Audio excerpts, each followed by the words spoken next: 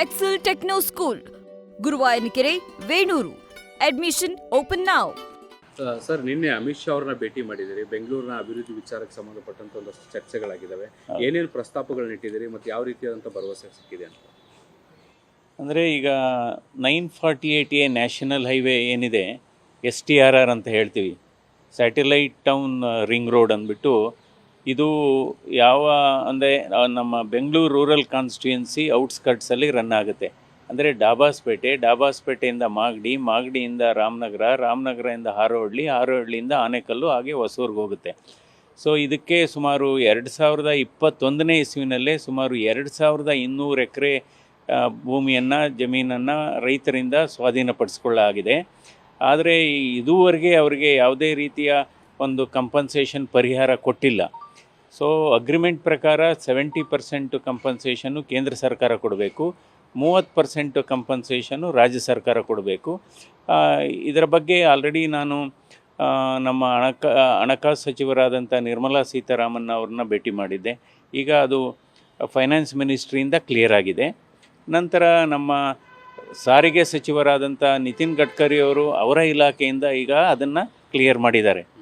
ಇವಾಗ ಅದಕ್ಕೆ cabinet approval ಬೇಕು. ಇದಕ್ಕೆ ನಾನು ಪ್ರಧಾನಮಂತ್ರಿಗಳ ಸಚಿವಾಲಯವನ್ನು ಕೂಡ ಭೇಟಿ ಮಾಡಿ ಇದರ ಬಗ್ಗೆ ಮನವರಿಕೆ ಮಾಡಿದ್ದೇನೆ.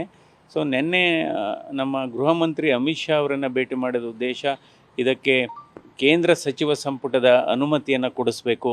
ಈ ಕೇಂದ್ರ ಸಚಿವ ಸಂಪುಟದ ಅನುಮತಿ ಸಿಕ್ಕಿದರೆ ನಂತರ ಇದು ಪ್ರಾಜೆಕ್ಟು ಮುಂದೆ ಹೋಗುತ್ತೆ. ಅದೇ ರೀತಿ ನಂತರ ಈ ರೈತರಿಗೆ ಸುಮಾರು 5 ವರ್ಷಗಳಿಂದ ಸ್ವಾಧೀನ ಆಗಿರ್ತಕ್ಕಂಥ ಭೂಮಿಗೆ ಪರಿಹಾರ ಸಿಕ್ಕಿದಂಗೆ ಆಗುತ್ತೆ. ಈಗ ರೈತರು ತುಂಬ ಕಷ್ಟದಲ್ಲಿದ್ದಾರೆ. ನಂತರ ಈ ಪೆರಿಫರಲ್ ಸ್ಯಾಟಲೈಟ್ ರಿಂಗ್ ರೋಡು ಇದು ಕಾಮಗಾರಿ ಕಂಪ್ಲೀಟ್ ಆದರೆ ಬೆಂಗಳೂರಿನ ಮೇಲೆ ಒತ್ತಡ ಕಡಿಮೆ ಆಗುತ್ತೆ. ಅಂದರೆ ಬೆಂಗಳೂರಲ್ಲಿ ಈಗ ಆಲ್ರೆಡಿ ವಾಹನ ದಟ್ಟಣೆ ಜಾಸ್ತಿ ಇದೆ. ಸೊ ಆವಾಗ ಬೆಂಗಳೂರಲ್ಲಿ ಟ್ರಾಫಿಕ್ ಜಾಮ್ ಕೂಡ ಕಡಿಮೆ ಆಗುತ್ತೆ.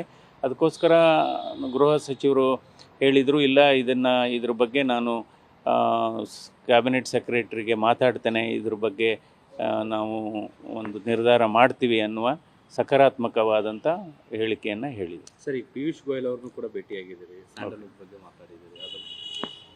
ಇವತ್ತು ನಮ್ಮ ವಾಣಿಜ್ಯ ಮಂತ್ರಿಗಳಾದಂಥ ಪಿಯೂಷ್ ಗೋಯಲ್ ಅವರನ್ನು ಕೂಡ ಭೇಟಿ ಮಾಡಿದೆ.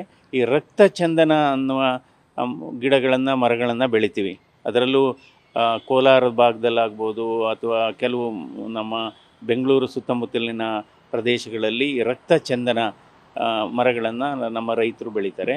ಈ ರಕ್ತ ಚಂದನ ಮರಗಳನ್ನು ಏನಕ್ಕೆ ಉಪಯೋಗಿಸ್ತೀವಿ ಅಂದರೆ ದೊಡ್ಡ ಲಕ್ಸುರಿ ಫರ್ನಿಚರ್ಗೆ ಮತ್ತು ಕೆಲವು ಔಷಧಿಗಳನ್ನು ತಯಾರಿಕೆ ಮಾಡಲಿಕ್ಕೆ, ಕೆಲವು ಕಾಸ್ಮೆಟಿಕ್ಸ್ ತಯಾರು ಮಾಡಲಿಕ್ಕೆ, ನಂತರ ಈ ಮ್ಯೂಸಿಕಲ್ ಇನ್ಸ್ಟ್ರೂಮೆಂಟ್ಸ್ನ ತಯಾರು ಮಾಡಲಿಕ್ಕೆ ಉಪಯೋಗಿಸ್ತಾರೆ. ಸೊ ಇದಕ್ಕೇನಾಗಿದೆ, ಇದುವರೆಗೆ ನಾವು ಏನು ರಫ್ತು ಮಾಡ್ತೀವಿ ಅದಕ್ಕೆ ಕೋಟಾ ಕರ್ನಾಟಕಕ್ಕೆ 10 ಮೆಟ್ರಿಕ್ ಟನ್ ಮಾತ್ರ ಕೋಟಾ ಕೊಟ್ಟಿದ್ದಾರೆ. ಆ ಕೋಟಾವನ್ನು ಇನ್ಕ್ರೀಸ್ ಮಾಡಬೇಕು.